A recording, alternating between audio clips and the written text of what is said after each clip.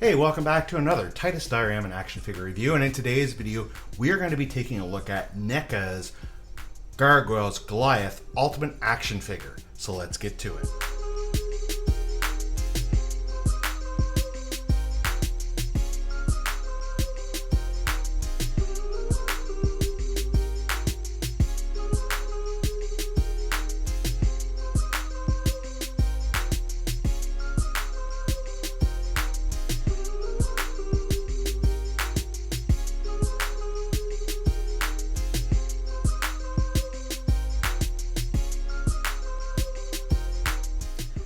Alright, so as you can see, Goliath comes in a really big package, which has some really nice details on it.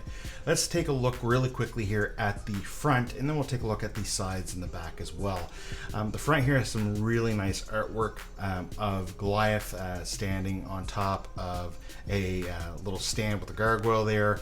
Of course, it is the ultimate action figure, and this is the first of many gargoyles that we're going to get. We also have Thalog, Demona, and Bronx as well that have been announced. The side of the packaging here has a nice product shot of Goliath. The back again has some other product shots and a quick little blurb about gargoyles themselves. And then the other side has a nice product shot here as well. If we open up the front flap, we can actually see again another product shot and the actual figure with all the accessories inside. The top of the packaging just says Gargoyles Goliath Ultimate Action Figure, and the bottom of the packaging has a list of everybody that put this all together. With that stated, let's go ahead and get Goliath out of the package. Alright guys, so here is Goliath out of the packaging. And I just want to start by saying Neca has done a really amazing job with this particular figure. This is the first figure in its line, and they went all out. They've basically blown it out of the park. I am absolutely happy to have this in my collection. I'm a big Gargoyles fan. I grew up watching it on TV. I have a ton of the Kenner Gargoyles, and if you'd like, you can look back on my channel and watch both the pop figure and the Kenner review that I have of those gargoyle figures.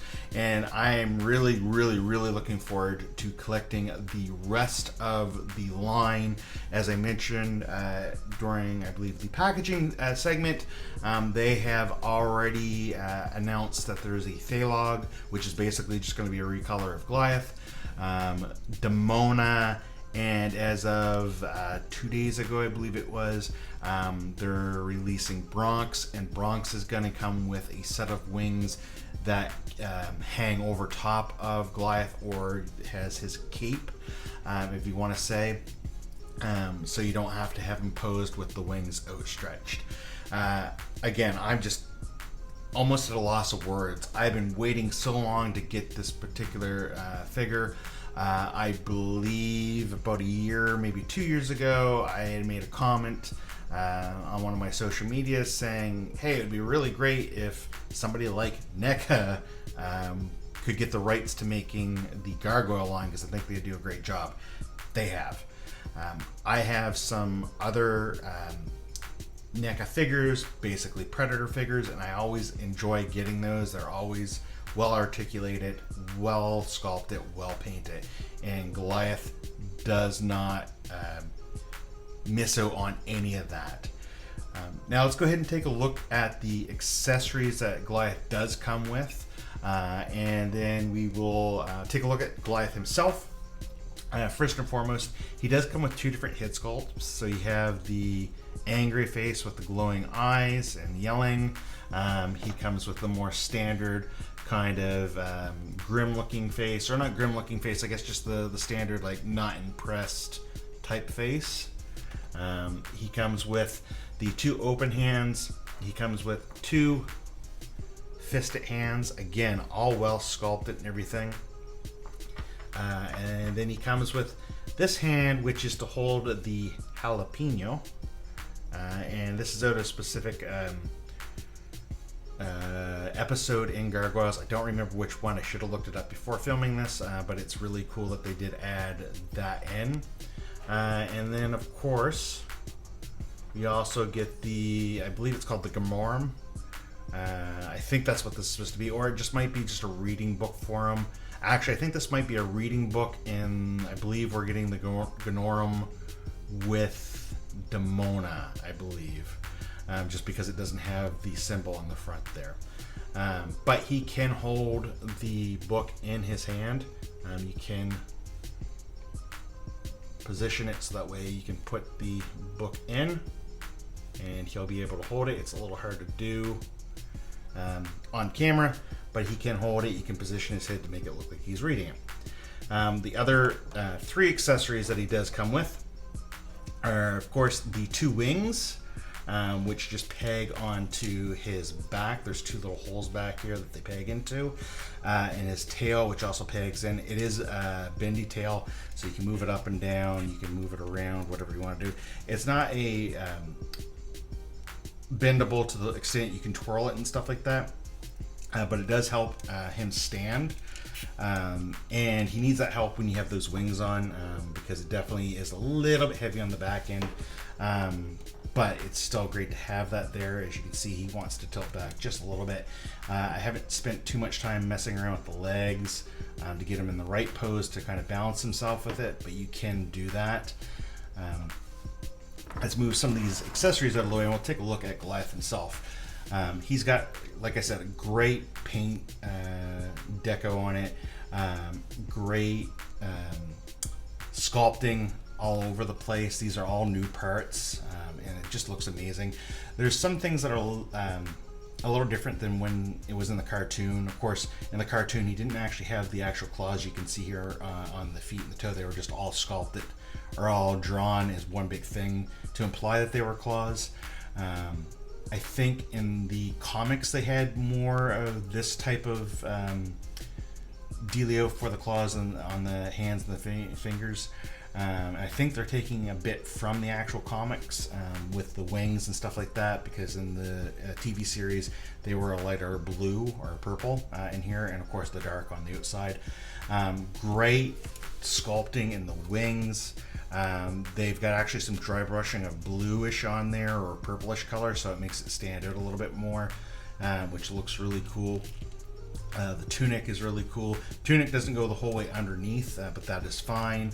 Of course, they went all out on the back. There's all kinds of shading and stuff on the back as well. A lot of these joints are all ratcheted, so you can move them around and they won't typically move out of place.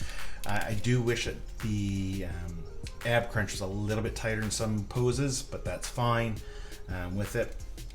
The fact that we're going to get a different set of wings makes it so that we don't have to worry about always having these wings clipped in and taking up so much space on your shelf. But I do like this pose, and there's a few different things you can do with this. Articulation wise, the wings can move out, and they do. As you can hear, it's got that big ratchet. It's really stiff. You can move them out a little bit. The hair does get a little bit in the way there. Speaking of the hair, greatly sculpted hair there, and it is malleable, so you can move it around. So you can definitely get his head looking up further. In regards to the head, you can't look up too much higher than that. I know I watched Anthony's Customs review, and he's gone in and just removed a little bit of the plastic on the back end so you can lift it up a little bit higher. I may or may not do that on mine. It's fine the way it is.